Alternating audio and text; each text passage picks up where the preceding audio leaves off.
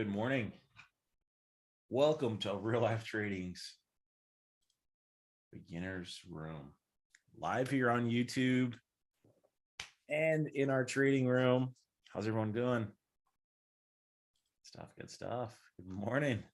Jason, Lara, my friend. How are you? George, as always, welcome. Morning. Good morning. Albert's in the house. John's here. What's up, John? Donna. Good morning. This thing up and going. Always just delaying for a few minutes as we wait for people to get in. Because if not, they're like, hey, can you talk about Tesla? And I was like, I already did twice, right? So give it a few minutes, get people in here. I know sometimes just getting on live, it just takes a few seconds. It's a little delayed sometimes. So Ron, what's up?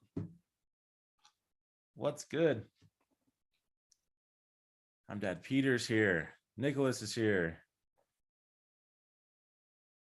Oh, you just finished your module 3 on day trading? You love it. Yeah. Take advantage of the free education, right? And even our paid stuff is all really, really high quality, really high. I mean, I know I'm biased a little bit, but Jeremy, what's up? Brian's in the house. All right, let's dive in. Let's get after it. I think it's been a few minutes now, so make sure they're rocking and rolling. Just a little bit. All right. These markets are pushing. They are pushing. Another strong day. We had a nice pullback yesterday. Markets did mostly what we wanted yesterday. We didn't end up taking any trades. We just kind of sat it out. I was okay with that. It was a really trappy, choppy day, and we are still an inside candle. So there's a chance we could start breaking some lows. Now that we've gotten up to the resistance, I wouldn't be shocked for us to start pulling back. I'm going to be slow again on the mic. I'm going to be just relaxed, waiting for my opportunities, and then I'm going to strike. Most of the time, you'll notice, especially this year, when the gaps on the markets are just inside the range of the previous candle, day trading is a little tougher. When we finally get that move after a few days, boom, you get the massive, you get the big gaps, you get the easy trades, you get trending stocks, and you can jump on those trends and make money. When it's an inside candle, there's always opportunities, but they're a little bit tougher to find. It's harder. So today we are an inside candle. I'm waiting for a little bit of emotions to come back into the markets right now. Everyone's pretty safe. Everyone's pretty calm. If you bought this dip, you're looking at this gap today going, it looks good. Right? It looks good. I mean, holding strong. We're doing well. We'll see what happens. I think a little bit of emotion is going to come in if we start taking out the lows of yesterday, but we're good. At this point, I don't know if we're going to push to all-time highs before we fill the gap, or if we're going to try to come back down. That would be stronger. That would be a stronger case for the bulls. You would like to pull back first before we head higher. We need to pull back. We're pretty extended. So if you start jumping out to like the 1 hour time frame, you'll notice we're getting up there on the RSI. And whenever we're getting up there, we're starting to pull back down. So yesterday you had a gap up pre-market and then failed off. Today we're gapping down, and there's a chance that we get a move higher. So we are inside candle. I expect us to keep holding the high of last week. That's what this orange line is. This orange line is the low of last week. So I'm just keeping an eye on the range of that, because just like we talk about how we're inside range on a daily, we're also inside range on a weekly, right? That's what we just broke out. That's why I want to see if we keep holding that, or do we fall back into it. Cool. So that's my thoughts on the SPY. I don't think anything crazy. We'll see what happens if we can get higher than the high yesterday or lower than that low. I think would make the most sense, honestly. But we'll see. Q is exactly the same. Up into the resistance. Be careful buying the breakout long up here on the SPY and Qs.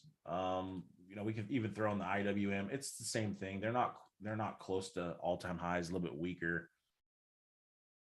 The DIA, we've got a few gaps that need filled. We have a few open gaps. This thing tends to do it, and then we pull back down hard and fill them. So that's where we're at. Like this is so many light bulbs went off. Yeah. Love it. Good stuff.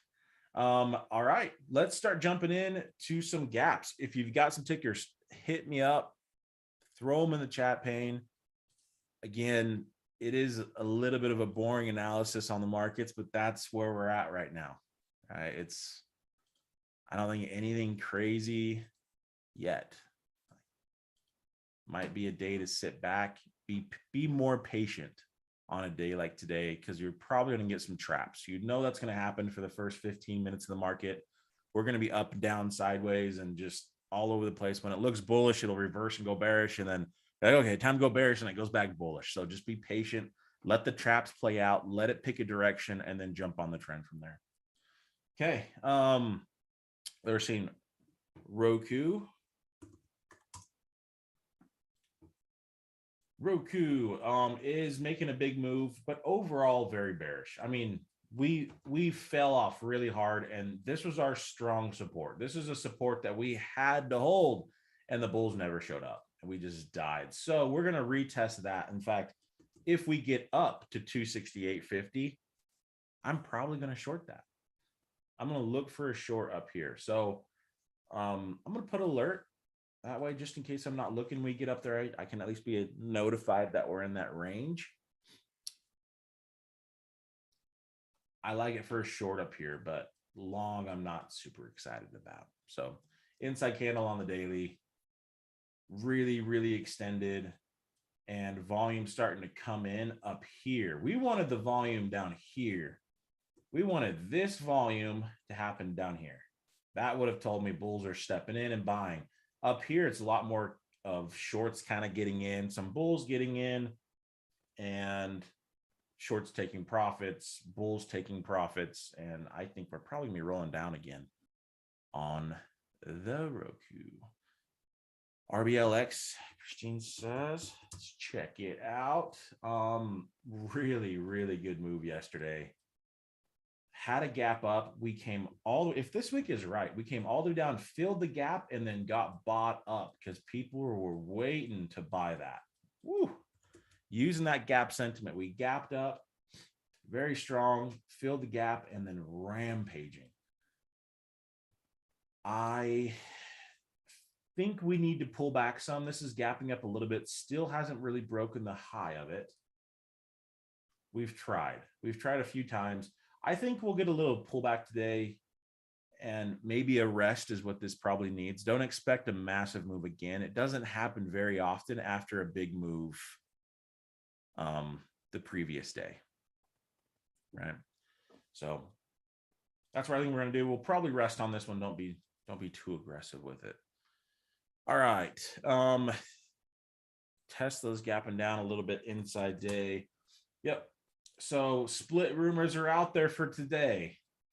I don't know if that was supposed to have already happened or happening tonight, but nothing so far. All right. Yeah, Tesla's just hanging out. We are on top of a little support. See if the bounce comes in. It actually had a very, very strong day yesterday. We were watching it. See if it follows through. There's a lot of manipulation going around this, a lot of news, a lot of hope.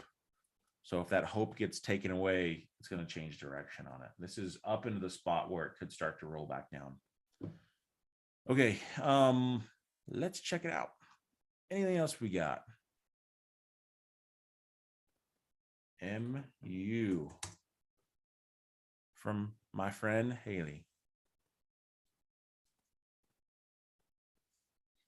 MU, this is, so we've rampaged higher. We trapped the bulls. We came down, and then we gapped right back up, came back down, hit the 10, and then got bought up pretty hard. So right now we're gapping down, gapping down just a little bit. Inside candle. We're extended. We'll see if it can keep going higher. I feel like it's just going to be a lot of trap here and possibly a little bit of a pullback as well. So there's no new real information for me to want to day trade this. I wouldn't do a whole lot with it. I don't think we're going to go screaming higher. I feel like it's still too extended. Needs to rest for a few days. Let this put in an inside candle. Let it actually close as an inside candle. Then look at taking the breakout above that maybe, but need a little bit of rest. TTD, same story. It looks exactly the same. This probably rolls back down though, in my opinion. There was just not enough volume on this bounce, and we broke the neckline. So here's your little double top. We broke it. We're going to retest the neckline of that and most likely roll back down. That's what I'm thinking. Docu's an interesting gap. That is an interesting gap. So it's clearly bearish, right? This is just kind of, if you picture this as a big old bear candle on this gap, I would expect it to probably retrace up into 190 and then roll back down again. It's not strong. So do we have any other resistance here that we can measure out? We do. Got some there.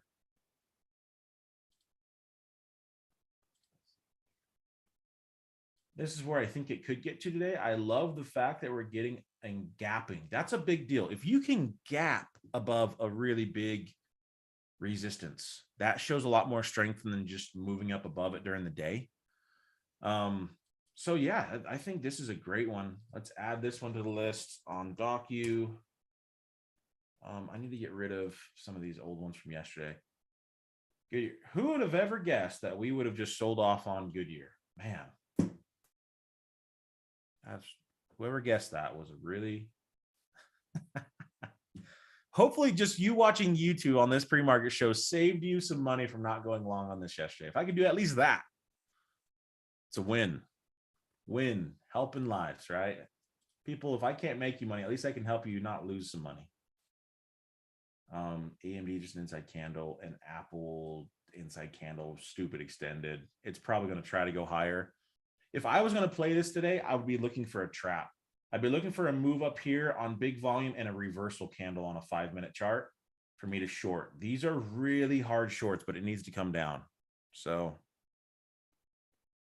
they're hard to win on, but that's what I would expect. I think this is going to trap and then go lower because too many people are so excited to buy this. Again, right now, how many eyes are lighting up and thinking, type in a 1 if you're thinking I want to buy this right now. Looks good, right? Who wouldn't want to buy this thing? It's screaming. It's going to the moon. Let's go, baby. Ron says he is all down for this. Let's take a second mortgage out on your house and just start buying this thing because it's going to go to the moon. No, Ron said the opposite. This is where all the noobs are interested right here, baby. Let's go. Sweetie, we're about to make so much money for Christmas. Let's put our Christmas budget on this thing right now. Yeah, I mean, that's the emotions, right? What did we talk about yesterday? That S-curve. What do we know is happening? Will happen eventually. We're going to get that pullback. So you do not want to be stuck up here. I mean, day trading, you can trade it, but just know that people are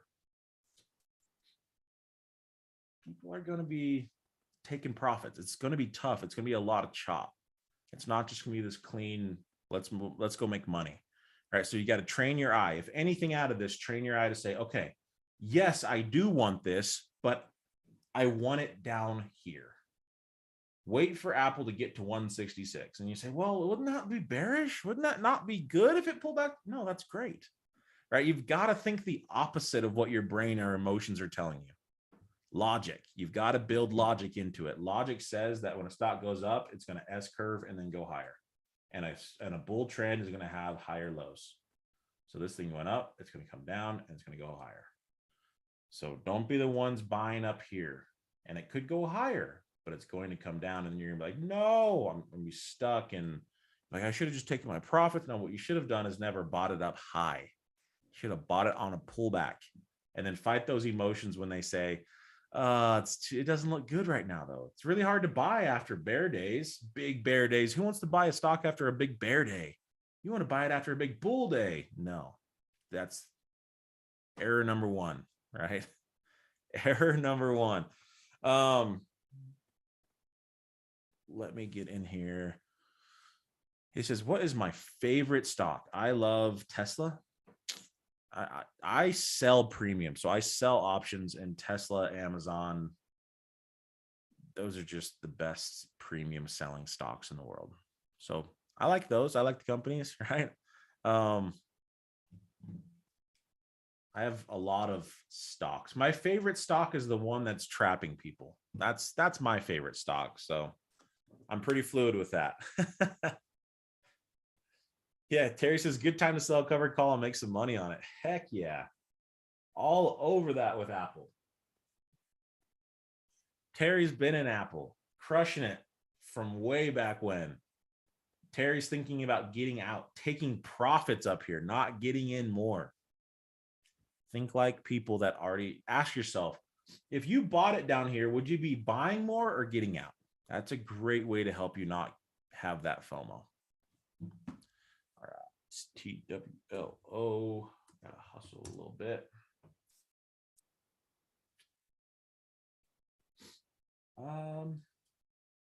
It's fine. We rejected off of the 10 EMA, sorry, the 20 EMA up here multiple times, and that's exactly what we're gapping up into. So I'm expecting a reversal lower on this one. That's my thoughts. That's how I'd be looking for a short if I was doing this. He got it at $90 on Apple. Long time. What a good trade. It says, I love the idea to have an AM room with just spreads. Let's go. Friends, credit spreads are where it's at. I'm a credit spread guy. Credit spreads are where it's at. Go watch my video on YouTube about credit spreads. You'll see why I love them. You get a cushion. You get a cushion to be wrong, right? How awesome is that? If you buy calls right here, it has to go up. Or if you buy shares, it has to go up to make money. Credit spreads, it can go up, it can go sideways, it can go kind of up, right? All of these things, it can even go down and you make money. It just can't go straight down. That's the only way you lose. So everything else is a win. You can see how you can have a 90% win rate with this because you don't even have to be right. You just can't be dead wrong. Man, option selling. I love it. Let's see. A gap and go on Boeing. You've got my attention on a gap and go. The only problem with the gap and go is it's not gapping below the low of yesterday. So it is gapping down. I think it's just mainly following the markets. I don't know if anything really is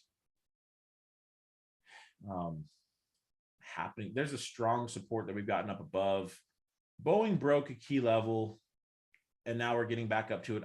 Again, with everything, I feel like we're going to roll back down at least and try to double bottom to the minimum. That's what I think is going to happen with Boeing. But breaking this consolidation down is not the strongest thing I've ever seen. Maybe it reverses and just goes.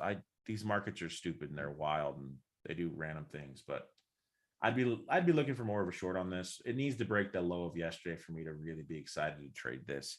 If I was in this, if I bought this long here, I wouldn't be stressing about that gap. If we were gapping down here, I'd be stressing big time. Like, crap, this thing's going lower.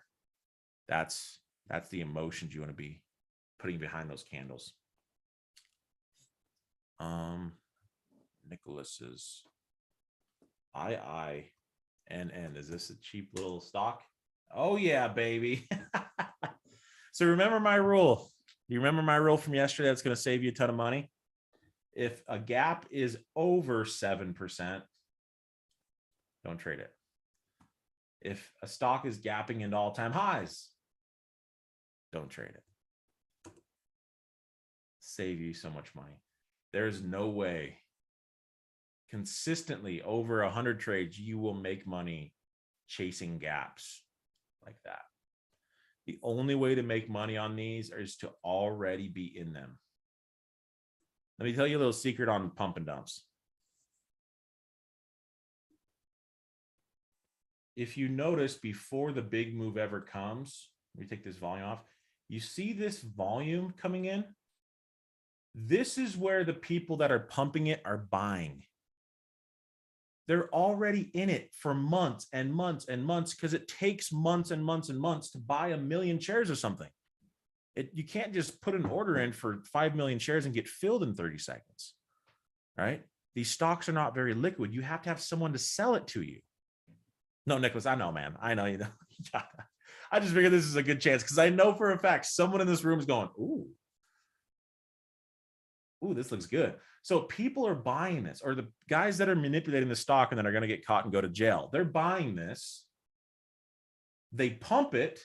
And who are they selling to? So remember what we said? Someone has to buy it from you. Just like if you're going to buy a stock, someone has to sell it to you.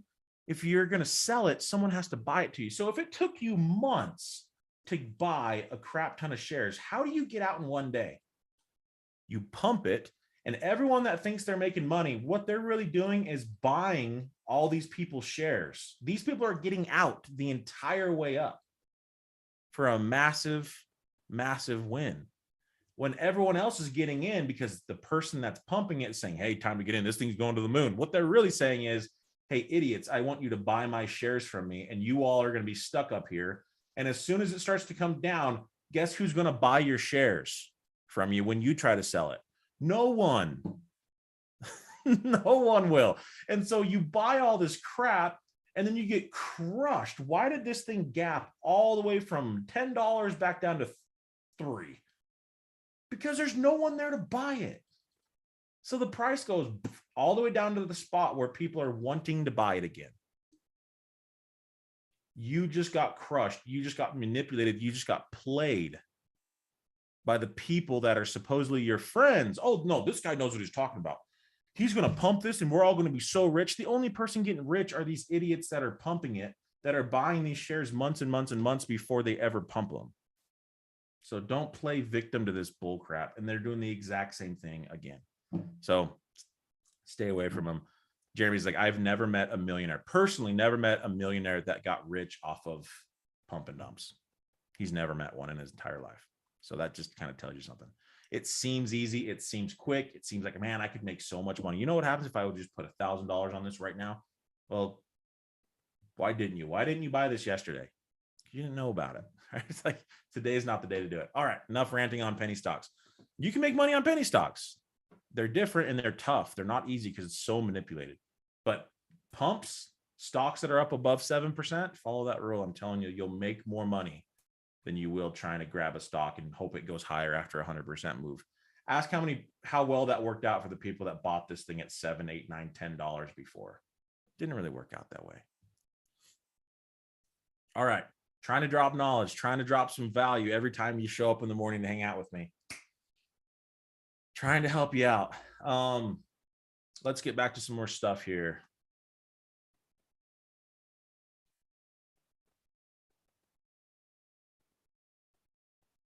Everything's Tesla could go to 1090. We'll see. It's supposed to happen today or something. So we'll wait. I don't know how they announce it during the market open. I imagine it's now going to be, since they didn't do it this morning, it's going to have to be the evening. All right. Sorry. We'll get back to some stuff. PYPL. It is looking like it's trying to reverse the trend, right? This was a strong move yesterday. It's going to chop around and retest and probably actually go back down below the support to trap a few more bulls, get the weak bulls out, and then it's going to try to reverse just a little bit. I've got to get an idea of where this is at. It's close. It's close to some bouncing spot, probably back up to like 210 or 220. That's just what my eyes are telling me. You trade that however you want. I'm not going to tell you how to trade that, but I will tell you what my thoughts are when I see the chart. So take that for whatever it's worth. CVS. CVS is, so I think this is an inside candle. We broke out yesterday. We didn't hold, and now a gap up above it. It is strong. Our gap is not too big. It is a gap and go. I can add this to the list. It's looking good. We have some resistances right there. So that's where our targets need to be at. I don't think we're going to go much higher than that. So it needs to stop moving pre-market, because if we open up here, there's not really much left on the bone. So Haley says, after the Santa rally, I don't even know if we'll get a Santa rally. I have no idea. Maybe this is the Santa rally right now, the past 3 days. I think the markets are rolling back down, in my opinion. And then let's see if they find support again. Like on the SPY, let's see if they find support again at 460. But I think minimum we retest that. We might even go back down to like 440. Would not shock me at all. Honestly, on a monthly chart, we're crazy extended and can pull. Now, I'm not saying this is going to happen, but it's possible. There's about a 4% chance that we get sub 400. And that would be very healthy for the markets. The past 2 years have been nothing but straight up, which means for the next year or so, at the minimum, we're probably going to get a lot of chop. I think we're going to spend a year of chop. I don't know if we're going to have a year of just straight up again. So be aware of that. I don't know if that's how it's going to play out, but that's what I'm preparing for. A little bit of volatility, a little bit of chop, which is going to make day trading fantastic. Swing trades are going to be a little bit tougher. Selling premium is going to be really, really good. Just know that probably a year of up and down, just chop is going to happen at some point. I don't know how we just keep climbing higher, because we already know that Feds are we can't print money like we did before. It's done. Feds are already backtracking on what they're saying. Oh, no, don't worry about it. Inflation's not here. It's not that fast. And now he's already like, well, it's actually twice as bad as we thought. And we'll have to do this, but we don't have to do it till next year. It's already unraveling. The only thing pushing this market up is Feds printing money. That's it. That is the only reason why we had a bullish move in the market all year. Nothing pushed the markets up except for money printing. So as soon as that story changes, which it's already changing, the markets, the only thing that's pushing this market is going to leave, and we're probably going to start chopping and pulling back some, which is healthy, which is good. Don't be scared for pullbacks. We want pullbacks. I don't want to buy the market at 460. I want to buy it at 400. For everyone else that's freaking out, buy it. Warren Buffett says when there's blood in the streets, I'm buying. When people are scared, I'm buying. And that's the difference between professional traders and non-professional traders. Non-professional traders, they're stuck buying heavy up here, so that when the pullback comes, they associate the pullback with them losing all their money. Professional traders already know, yeah, Terry, cash time. Yeah, I'm in mostly cash, my friends. I'm not in a lot of stuff. I am working my way out of stuff up here. I'm getting out. And if it leaves without me, I don't care. I am waiting to see what happens. But all I know is that we are stupid high up here. And I'll wait for a pullback. Now, I'm going to be selling premium. I'm making money. I'm just not in a whole lot of stuff that has a lot of exposure to the downside. Okay. All right, my friends on YouTube, it is time for us to part ways. Thank you for hanging out with me. I had a blast. I enjoy doing this. Enjoy Johnny Guarco tomorrow morning. He'll be the one leading you on YouTube. And I will be back Tuesday-ish for the morning room here. You guys have a